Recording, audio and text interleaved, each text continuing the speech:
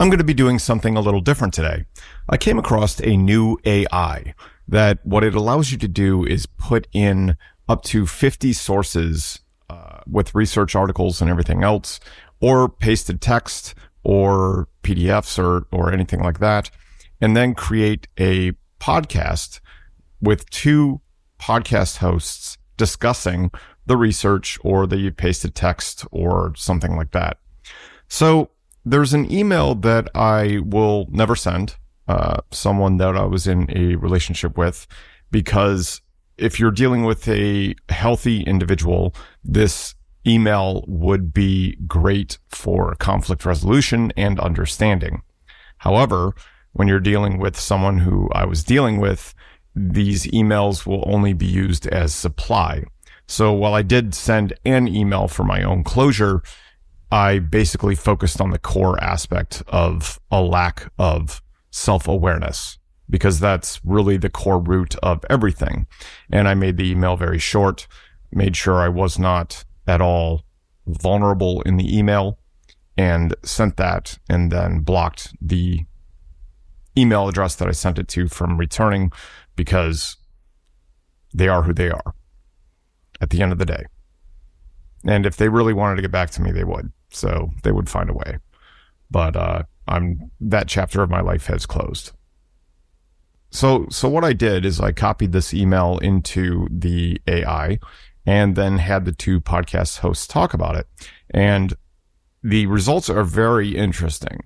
And I think what I'm going to do from now on is, I understand that my podcast episodes tend to be kind of dry and academic, and I get that. The topics that I'm talking about a lot of times require a lot of nuance. So what I'm going to do is put each new podcast episode that I write into this AI and have them create this discussion, and then post that as an after hours deep dive type of thing alongside my actual podcast. Because at the end of the day, knowledge belongs to the world, and you never know what's going to resonate with someone. And this could be a more pleasant form of learning, because I've noticed in a couple of tests that the AI hosts go into even more details than I went into, which is great. So without further ado, let's do this and see where it goes. Welcome to the deep dive. Ready for something intensely personal? I'm ready. Let's dive in. We're tackling a letter today, all about a past relationship. Ooh, those can be juicy. Full of raw emotion, sharp observations about, human behavior. I love getting into the nitty-gritty of how people tick. But here's where it gets really interesting. We're also venturing into vampire mythology. Okay, now you've got my attention. Our listener, Daniel, has asked us to help him unpack this whole experience. Make sense of it all. Happy to help. So where do we start?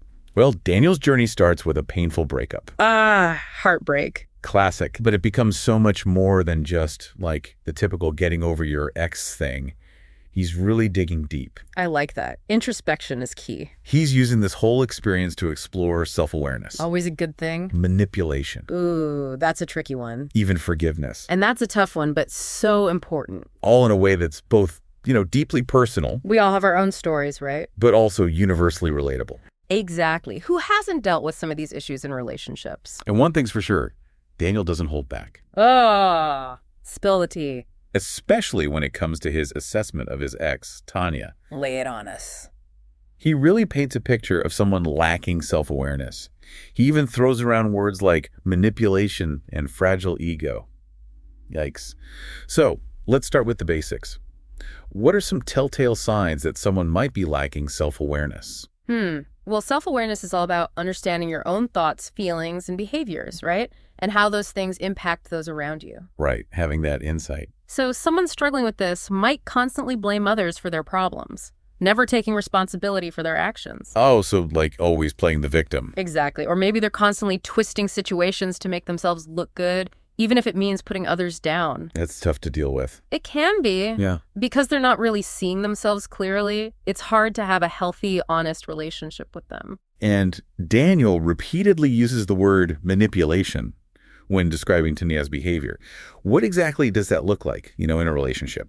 Well, manipulation is all about influencing someone for your own benefit. So it's not about a win-win. Not exactly. It's more about getting what you want, often through dishonest or underhanded tactics. So like sneaky stuff. Kind of. It can be subtle, like guilt tripping, playing the victim, or making someone feel responsible for your happiness. Oh, wow. So like putting that burden on them? It's all about control, ultimately, and it can be incredibly damaging to a relationship. Speaking of control, this is where the vampire metaphor comes in. And I have to admit, it's a pretty striking image. Oh, tell me more. I'm intrigued. So Daniel compares Tanya to a vampire. A vampire. Okay, this is getting good. Someone who avoids the light of truth, feeds off the energy of others, and needs to be invited in before they can exert their influence. What do you make of this comparison? Is there like any psychological validity to it? You know, metaphors can be powerful tools, right, for understanding complex emotions. And while we shouldn't take the vampire analogy literally, Right. Not like she's actually a vampire. it does illuminate some interesting psychological dynamics that might be at play. Yeah. Think about it. Vampires were all about taking, not giving. They drain their victims. Leaving them feeling, what, depleted? Empty? Exactly. And that aligns perfectly with how Daniel describes feeling in the relationship, emotionally exhausted. Oh, yeah. And what about that whole needing to be invited in bit? I was just getting to that. That kind of resonates with how manipulators often work, don't they? Absolutely. They need to gain your trust before they start exploiting you. It highlights the importance of consent and boundaries in relationships. So like, just as you wouldn't invite a vampire into your home. You shouldn't let someone into your life who disrespects your boundaries or drains you emotionally. That's a great analogy. Now, Daniel also points out something I found fascinating. Okay, I'm all ears. He claims Tania weaponized concepts like nonviolent communication and setting boundaries, ideas typically associated with personal growth. Right, healthy relationships. How could these concepts be twisted and used to manipulate? Well, that's a great question, and it speaks to how cunning manipulation can be. Someone skilled in these tactics might use, like, I feel statements to guilt trip their partner. I see. So instead of directly expressing their needs. They might say something like, I feel hurt when you don't spend enough time with me, making the other person responsible for their emotions. So it's not about genuine communication or self-awareness. It's about using these tools to maintain power and control. You hit the nail on the head. It's almost like using a shield as a weapon. And this seems especially relevant to our listener who might be interested in these concepts for personal growth. Right, like they want to learn these skills for the right reasons. Exactly. So how do we avoid those pitfalls? It all comes down to being aware of the motivations behind the words. Like, what's the real intention here? Is the person genuinely trying to communicate and connect, or are they trying to control or diminish you? Trust your instincts, and don't be afraid to question inconsistencies between someone's words and their actions. That's such good advice. Okay, one thing that really stood out to me in Daniel's letter was his emphasis on forgiveness. Not for Tanya's sake, but for his own healing. He seems to have found peace through therapy and supportive relationships. So how does forgiveness contribute to healing after a difficult experience like this? Yeah, forgiveness is often misunderstood. It's not about condoning harmful behavior or letting someone off the hook. It's about releasing yourself from the grip of anger and resentment. So it's more about letting go of those negative emotions for your own benefit. Exactly. Holding on to those negative emotions keeps you tethered to the pain of the past. Forgiveness is about choosing to let go, not for the other person, but for your own well-being. It's about reclaiming your emotional freedom. And it sounds like Daniel has also embraced the concept of closure, not through confrontation or trying to get Tanya to change. Right, but through therapy and building healthy relationships. Yeah. Closure is an internal process. It's about accepting that we may never get the answers or apologies we crave from the other person. And that's okay. It's about finding peace within ourselves, regardless of the other person's actions or lack thereof. Therapy can be a powerful tool in this process, helping us gain clarity, develop healthy coping mechanisms, and ultimately reclaim our power. It's interesting that Daniel mentions his therapist actually read through his entire email exchange with Tanya. That really highlights the importance of seeking professional guidance when trying to untangle complex relationship dynamics. Oh, absolutely. Sometimes we're so close to a situation that we can't see the forest for the trees. A therapist can offer an objective perspective, helping us identify patterns we might not recognize on our own. Okay, now let's talk about this fourth dimensional perspective Daniel mentions. This should be good. He seems to be suggesting that time isn't linear, but rather encompasses all possibilities at once. Whoa. How can understanding this interplay of time and choice help us navigate relationships and life in general? Well, the fourth dimensional perspective invites us to consider that all choices, past, present, and future, exist simultaneously. It's a bit mind-bending, but think of it this way. Every decision we make creates a ripple effect, shaping the course of our lives. So even though our past choices have brought us to where we are today, we always have the power to choose differently in the present moment. Exactly. It's about recognizing that we're not trapped by our past, but rather empowered to create a different future through our present choices. And it seems like Daniel is applying this concept to his own healing and even to Tanya's potential for growth. Yeah, he acknowledges that change is statistically unlikely, but he chooses to remain open to the possibility. It's a beautiful testament to his capacity for hope and forgiveness. And it speaks to the power of holding space for others to evolve, even if we've chosen to move on from their relationship. It's about recognizing that everyone is on their own journey and that we don't have the power to change anyone but ourselves. You know, Daniel's letter is such a raw and honest exploration of love, loss, and the messy reality of human relationships. Before we move on to dissecting those specific incidents, anything that stands out to you about his overall journey? His commitment to self-awareness is incredibly admirable. He's not shying away from the pain or placing blame. He's using this experience as a catalyst for growth, seeking to understand himself and the dynamics at play. That's a powerful lesson for all of us. In the next part of our deep dive, we'll delve into those specific incidents Daniel describes, looking for those subtle signs of manipulation and boundary violations. We'll put on our detective hats and see if we can decipher the patterns at play. Welcome back to our deep dive into Daniel's letter. In this segment, we're going to unpack some of those specific incidents he describes. Look for those subtle signs of manipulation and boundary violations he claims Tanya displayed. It's time to put on those analytical skills of yours to work. You know, I love a good mystery. So Daniel mentions Tanya's living situation with an ex. He doesn't give us many details, but it clearly raised a red flag for him.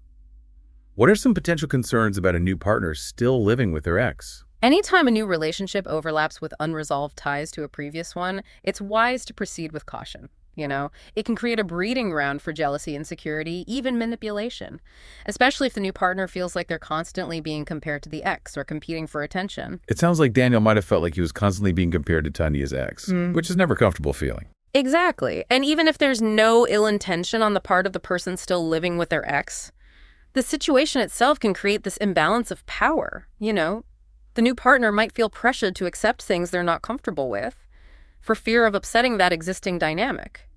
Daniel also mentions a final conversation with Tanya, where her housemate was present. He found that odd. Why might that be a problem? Having a third party present during a sensitive or potentially volatile conversation can create a dynamic of triangulation. This is where one person might try to manipulate the situation by aligning with the third party against the other person. So instead of having a direct and honest conversation, one person is trying to control the narrative by playing to an audience. Precisely. It's a way of avoiding accountability and shifting the blame.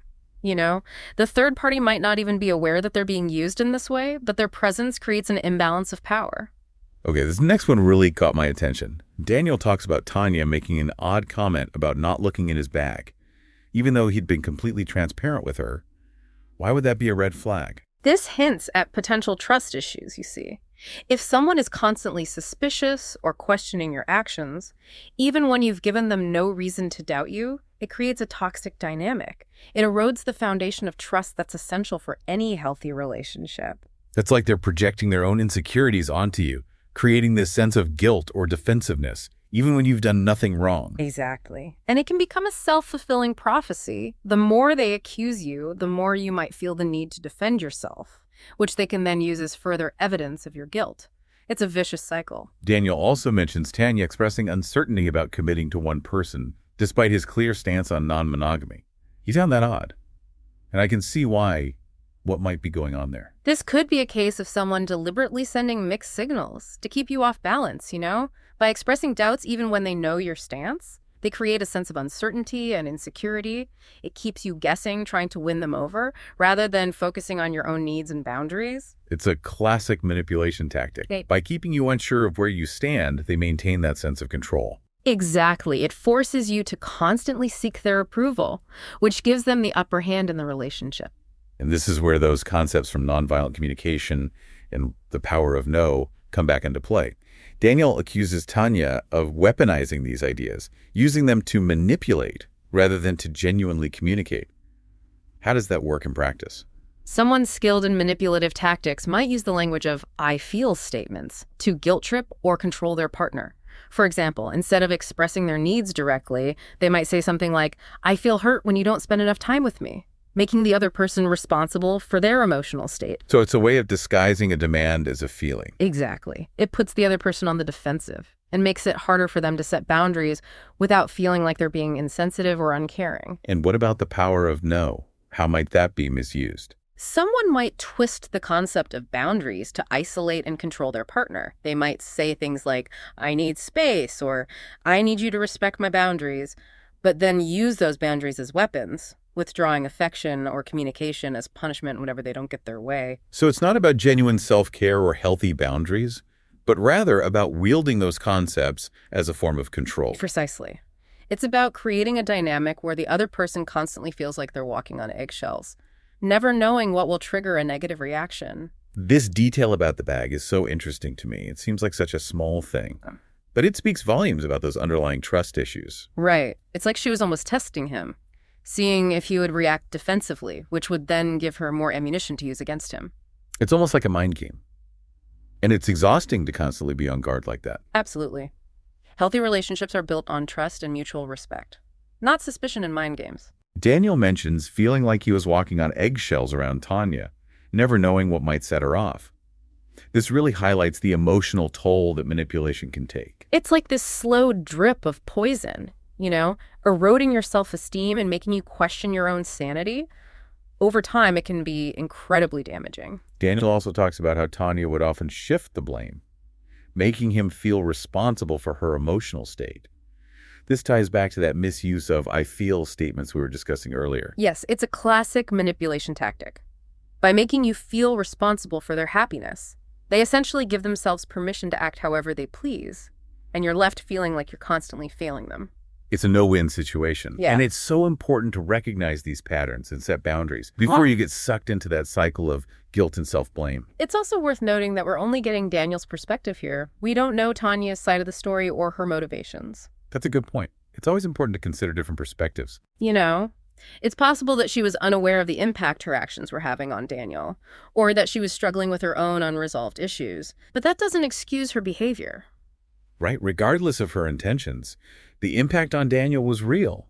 And he's right to prioritize his own well-being. This is where therapy can be so valuable. It provides a safe space to process your emotions, gain insights, and develop healthy coping mechanisms. It's a reminder that we don't have to go through these challenges alone. There's no shame in seeking support and guidance when we need it.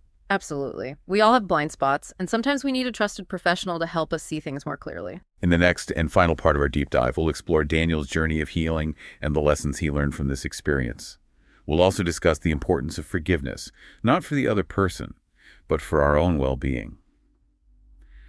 Welcome back to the final part of our deep dive into Daniel's letter to Tanya. We've explored the ups and downs of their relationship, unpacked those red flags, and really delved into the psychology behind it all. But now we're shifting gears, focusing on Daniel's journey of healing, the lessons he's learned. It seems like he's reached a point of acceptance, acknowledging that he can't change Tanya, but he can choose how he moves forward. Yeah, what strikes me about this final section is the incredible shift in Daniel's focus. He's moved from analyzing the relationship to really prioritizing his own healing and growth. It's a powerful reminder that we always have that power, to choose how we respond to difficult experiences. Absolutely. So he talks about how therapy and healthy partners helped him heal from the emotional codependency he experienced after the loss of someone named Donna. Can you explain what emotional codependency is and how it might have made him more vulnerable in his relationship with Tanya? Sure. Emotional codependency is basically a pattern of relying on another person for validation and a sense of self-worth. It often stems from unmet needs in childhood, leading to a fear of abandonment and a tendency to prioritize the other person's needs above our own. So someone who's emotionally codependent might be more likely to stay in an unhealthy relationship because they fear being alone, Or they believe they're not worthy of love unless they're constantly giving to the other person. Exactly. They might overlook red flags or make excuses for the other person's behavior because they're afraid of losing them. It's like they're trying to fill a void within themselves through the other person rather than cultivating a sense of self-love and wholeness. It sounds like Daniel was going through a particularly vulnerable time after Donna's death, which might have made him more susceptible to Tanya's manipulative tactics. That's certainly possible. Grief and loss can leave us feeling emotionally raw and depleted, making it harder to set boundaries and make healthy choices in relationships. Yeah, absolutely. So Daniel also emphasizes the importance of forgiveness, not for Tanya's sake, but for his own. He seems to understand that holding on to anger and resentment will only hurt him in the long run. Forgiveness is a powerful act of self-care. It's not about condoning the other person's behavior, but rather about releasing ourselves from that grip of anger and pain. It allows us to move on and reclaim our emotional well-being. It's about choosing to focus on our own healing, rather than allowing the other person to continue to have power over us. Exactly. It's about recognizing that we deserve peace and happiness, regardless of the other person's actions or lack thereof. I think it's important to highlight that forgiveness isn't like this one-time event. It's a process. Sometimes we have to choose it over and over again. That's such an important point. Forgiveness is a practice. And like any practice, it takes time and effort. Absolutely. So Daniel ends his letter by expressing hope for both his own continued growth and Tanya's potential for transformation. He acknowledges that change is statistically unlikely, but chooses to remain open to the possibility. This speaks to his maturity and compassion, even though he's been hurt. He's not giving up on Tanya entirely. He's recognizing her humanity and holding space for her to evolve, even if he's chosen to distance himself for his own well-being. It's a powerful reminder that even in the midst of pain and disappointment, we can choose hope and compassion. Absolutely. It's about recognizing that everyone is on their own journey and that we don't have the power to change anyone but ourselves. Well said. Daniel's letter is such a raw and honest exploration of the complexities of human relationships. It's a story about heartbreak, but it's also a story about resilience, self-discovery, and the power of choosing hope, even when faced with disappointment. It reminds us that even the most challenging experiences can be catalysts for growth, if we're willing to learn from them. What are your final thoughts for our listener as they reflect on this deep dive? Daniel's journey really underscores the importance of cultivating self-awareness, both in ourselves and those we choose to be in relationships with. It's about recognizing our own patterns, setting healthy boundaries, and learning to choose relationships that nourish rather than drain us. It's about recognizing the vampires in our lives, those people or situations that deplete our energy and leave us feeling drained. And it's about having the courage to say no, to set boundaries, and to choose relationships that bring us joy and support our growth. Thank you for joining us on this deep dive into Daniel's journey. It's been a privilege to explore these complex themes with you, and we hope you've gained some valuable insights along the way. Until next time, keep exploring, keep questioning, and keep choosing those relationships that light you up rather than dim your shine.